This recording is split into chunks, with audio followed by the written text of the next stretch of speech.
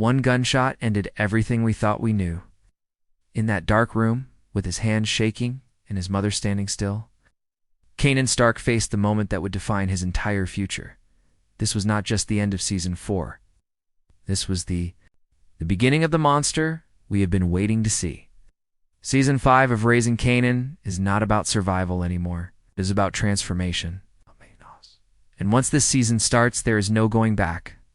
Season 5 of PowerBook3, Raising Kanan, is not just another chapter in the Power universe. It is the final page of Kanan Stark's origin story. Everything we have watched so far, the lies, the manipulation, the blood, and the betrayal, has been leading to this moment. This season is where the boy disappears and the legend is born. And that is why this final season feels heavier, darker, and far more dangerous than anything before it. From the very beginning, Raising Kanan was different from the other Power shows.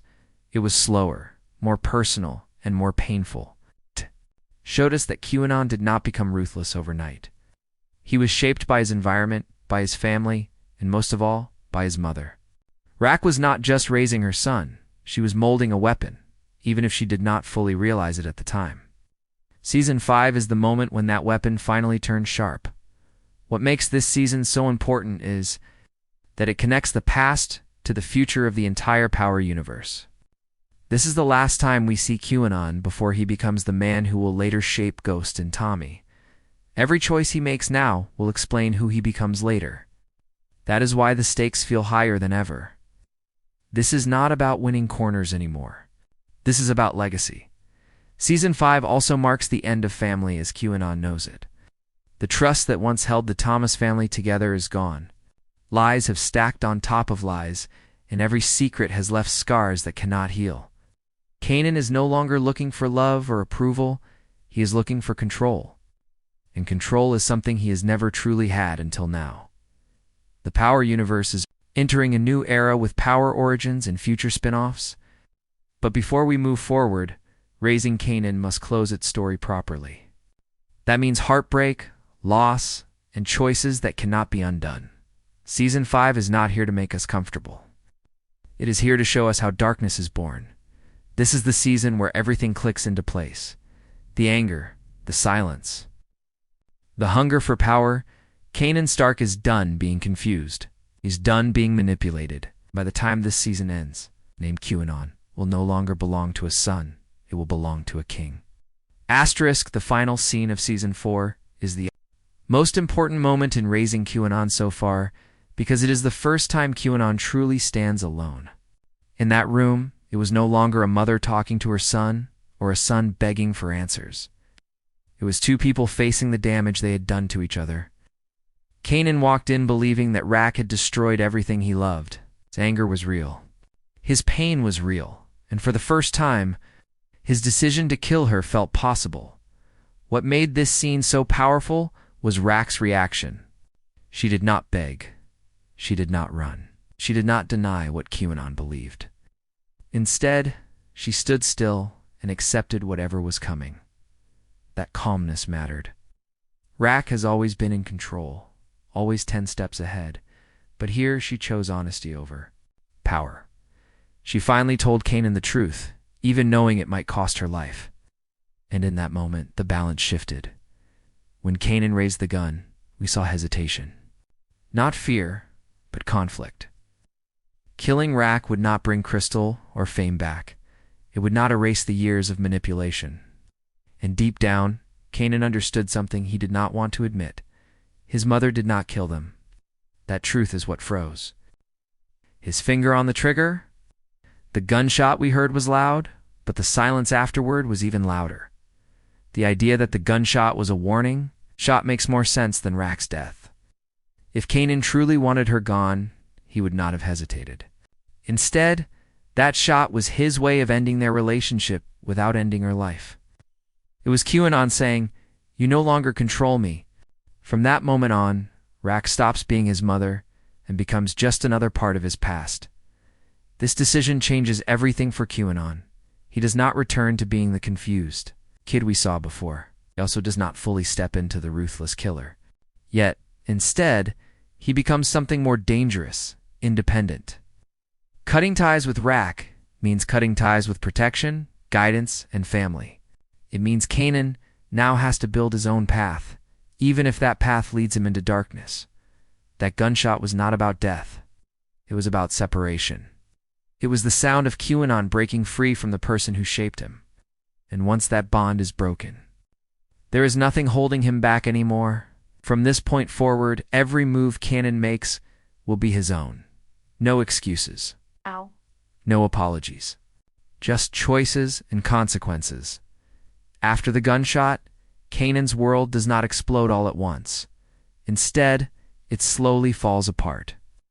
The damage is quiet, but it is permanent. Cutting ties with Rack is only the first step. What comes next is even harder, because Kanan begins to realize that family is no longer a safe place for him. The people who once protected him are now the same people who stand in his way. Jukebox comes the clearest example of this shift. For most of Kanan's life, she was the one person who understood him without questions. They shared pain, anger, and a sense of being outsiders. But in Season 5, that bond can no longer survive. When Kanan told Jukebox, "If you're not with me, you're against me," he was not testing her loyalty. He was drawing a line. And Jukebox crossed it when she warned Rack. From Kanan's point of view, that warning is betrayal.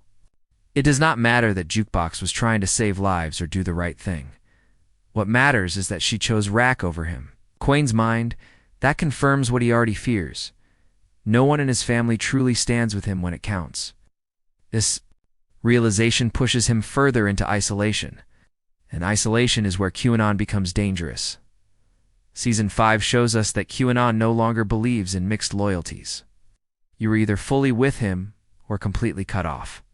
There is no middle ground. This mindset is not born from cruelty, but from disappointment. Every time Kanan trusted someone close to him, it ended in lies or loss. By pushing family away, he believes he is protecting himself from more pain. What makes this tragic is that Kanan is not wrong from his own perspective. His family has kept secrets from him his entire life. They decided what he could know when he could know it, and how much truth he deserved. Now that he sees the full picture, he refuses to be managed or softened. He wants loyalty that does not bend under pressure. This is the moment where Kanan stops seeing family as blood and starts seeing it as a weakness. Love becomes a liability. Emotion becomes a risk. Season 5 turns Kanan into someone who values loyalty above all else, even above history. And once that belief settles in, there is no place left for Rack, Jukebox, or anyone tied to his old life. With his family behind him and no one left to trust, Kanan does not fall apart. He sharpens. This is where Breeze enters the story, not as a savior, but as a reflection of who Kanan is becoming. Right. He is patient where others rush. And most importantly, he understands one simple truth that Kanan has just learned the hard way. Power is built, not given. Their connection feels natural because it is based on respect, not history. Breeze does not see Kanan as Rack's son or a confused kid trying to prove himself. He sees potential. He sees hunger. And Kanan, for the first time, feels seen without being controlled. That is why their partnership becomes the center of Season 5. This is not about friendship. This is about alignment. Together, Kanan and Breeze begin building something that is entirely their own. No rules passed down from older players. Emotional baggage from the past. It's just clear goals and clear lines. They move smarter, not louder.